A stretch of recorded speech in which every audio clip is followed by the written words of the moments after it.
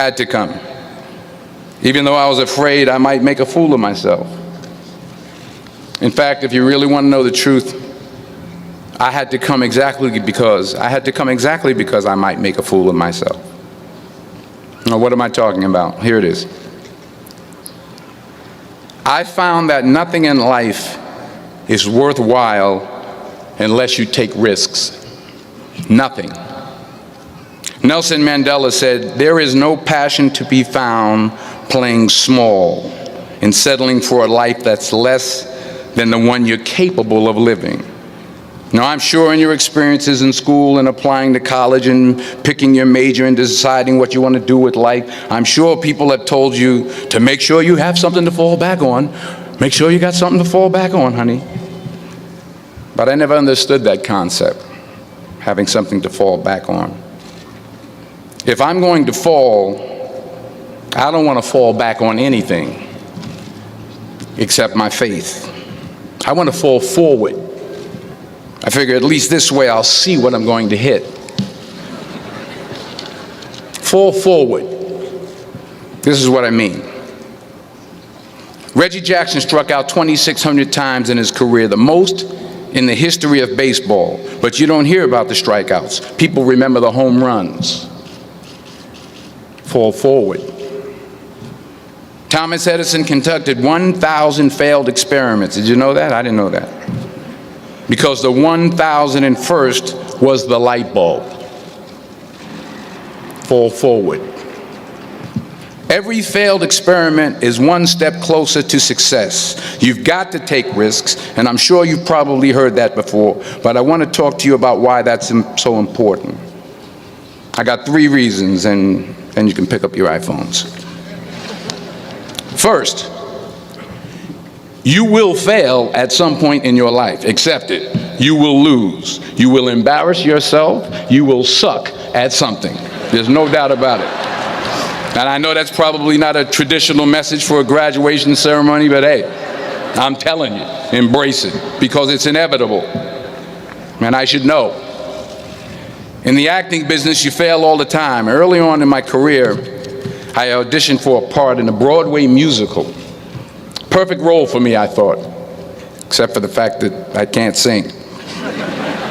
So I'm in the wings, I'm about to go on stage, but the guy in front of me, he's singing like Pavarotti. He's just, and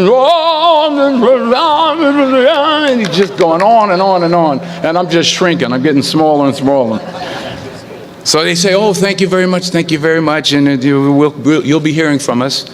So I come out with my little sheet music, and it was Just My Imagination by the Temptations. That's what I came up with. So I hand it to the accompanist, and she looks at it and looks at me and looks out at the director and was like, "All right." So I start, I'm going to sing. I'm like, "It's just my imagination once again, and then coming away with me." And I'm not saying anything, so I'm thinking I'm getting better. So I just start getting into it. It was just my imagination. Running. This, oh yeah, thank you very much, Mr. Washington. Thank you. So I assumed I didn't get the job. But the next part of the audition, he called me back. The next part of the audition is the acting part of the audition. Now I'm like, hey, okay, maybe I can't sing, but I know I can act. So they pair me with this guy, and again, I didn't know about musical theater. And musical theater is big, so they can reach everyone all the way in the back of the stadium. And I'm more from a realistic, naturalistic kind of acting where you actually talk to the person next to you. So I don't know what my line was. My line was, "Well, hand me the cup." And his line was, "Well, I will hand you the cup, my dear. The cup will be there to be handed to you." I said, "Oh, okay." "Well, should I give you the cup back?" "Oh, yes, you should give it back to me, because you know that is my cup and it should be given back to me." I didn't get the job. But here's the thing. I didn't quit. I didn't fall back. I walked out of there to prepare for the next audition, and the next audition, and the next audition. I prayed. I prayed, and I prayed. But I continued to fail, and fail, and fail. But it didn't matter, because you know what? There's an old saying, you hang around the barbershop long enough, sooner or later you're going to get a haircut. So you will catch a break, and I did catch a break. Last year, I did a play called Fences on Broadway. Someone talked about it. Won the Tony Award. And I didn't have to sing, by the way. But here's the kicker. It was at the Court Theater. It was at the same theater that I failed that first audition 30 years prior.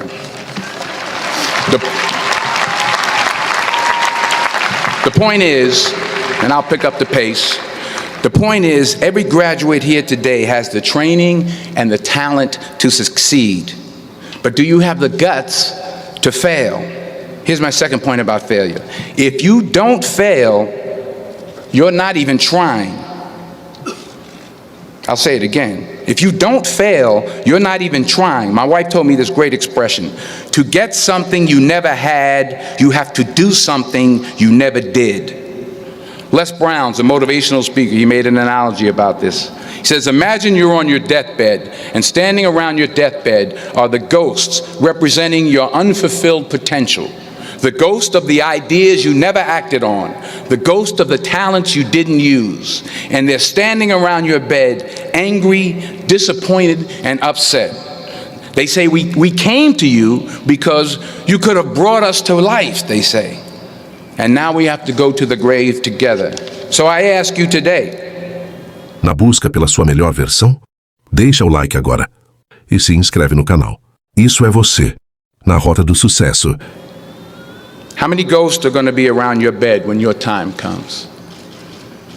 You've invested a lot in your education, and people have invested in you. And let me tell you, the world needs your talents, man, does it ever.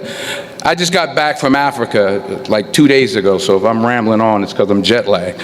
I just got back from South Africa. It's a beautiful country, but there are places there with terrible poverty that need help.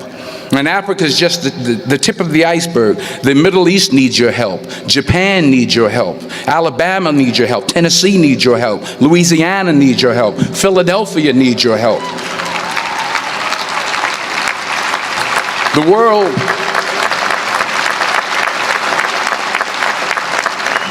world needs a lot, and we need it from you. We really do. We need it from you young people. I mean, I'm not speaking for the rest of us up here, but I know I'm getting a little grayer. We need it from you, the young people, because remember this. So you got to get out there. You got to give it everything you got, whether it's your time, your talent, your prayers, or your treasures. Because remember this. You will never see a U-Haul behind a hearse.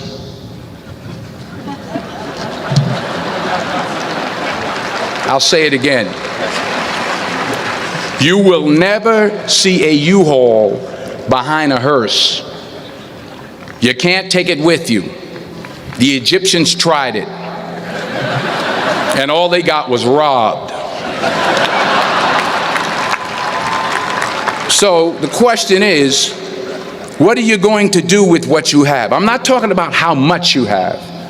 Some of you are business majors, some of you are theologians, nurses, sociologists, some of you have money, some of you have patience, some of you have kindness, some of you have love, some of you have the gift of long suffering, whatever it is, whatever your gift is. What are you going to do with what you have? All right, now here's my last point about failure. Sometimes it's the best way to figure out where you're going. Your life will never be a straight path. I began at Fordham University as a pre-med student. I took a course called cardiac morphogenesis. I still can't say it. Cardiac morphogenesis. I couldn't read it. I couldn't say it. I sure couldn't pass it. So then I decided to go into pre-law, then journalism. And with no academic focus, my grades took off in their own direction. Yeah, down. I was a 1.8 GPA one semester, and the university very politely suggested that it might be better to take some time off. I was 20 years old. I was at my lowest point. And then one day, and I remember the exact day, March 27th, 1975, I was helping my mother in her beauty shop. My mother owned a beauty shop up in Mount Vernon. And there was this older woman who was considered one of the elders in the town. And I didn't know her personally, but I was looking in the mirror, and every time I looked at the mirror, I could see her behind me, and she was staring at me. She just kept looking at me. Every time I looked at her, she kept giving me these strange looks. So she finally took the dryer off her head and she said something I'll never forget. First of all, she said, "Somebody give me a piece of paper. Give me a piece of paper." She said, "Young boy, I have a prophecy, a spiritual prophecy."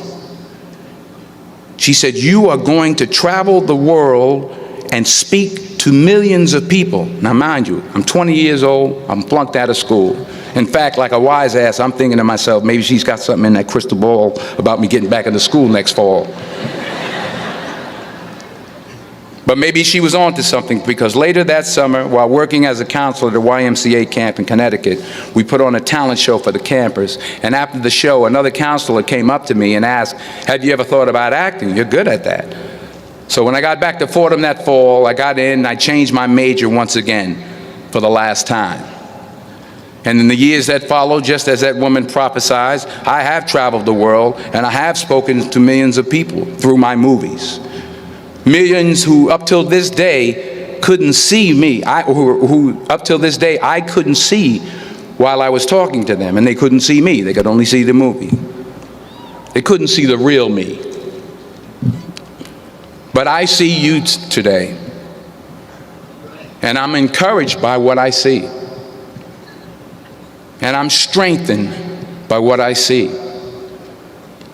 And I love what I see.